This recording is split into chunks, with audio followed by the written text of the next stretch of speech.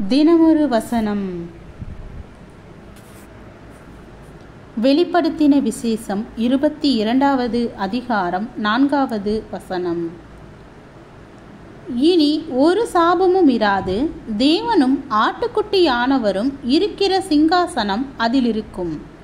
அவருடைய ஊழியக்காரர் அவரை சேவித்து அவருடைய சமூகத்தை தரிசிப்பார்கள். அவருடைய நாமம் அவர்களுடைய நெற்றிகளில் இருக்கும். விளக்கம். எனக்கு அறிமுகமான சில மக்கள் ஒரு முடிவற்ற சுழற்சியில் சிக்கிக் கொண்டிருப்பது போல உணர்கிறார்கள்.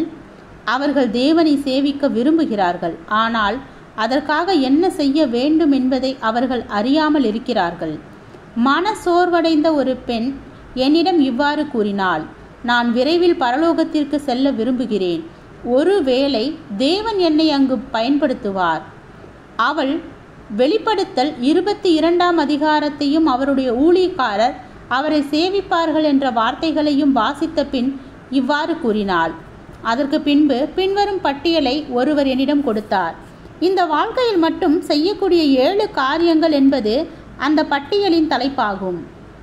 உங்கள் சத்துருக்களை நேசித்து அவர்களுக்காக ஜெபியுங்கள். தரிசித்து அல்ல, விசுவாசித்து நடவுங்கள்.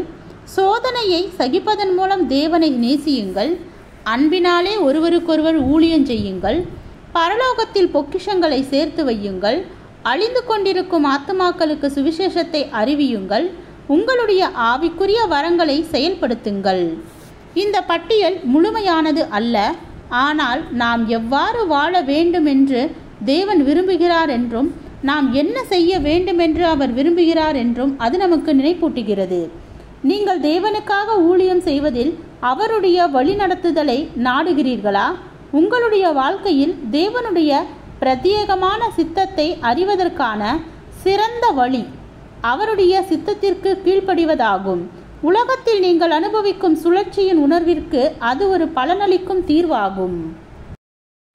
ஜெபம். தேவனுக்கு ஸ்தோத்திரம். தேவனே, நாங்கள் எங்களுடைய வாழ்க்கையில் உம்முடைய சித்தத்தின்படியும் உம்முடைய வழிகாட்டுதலின்படியும் வாழ கிருபை பாராட்டும்.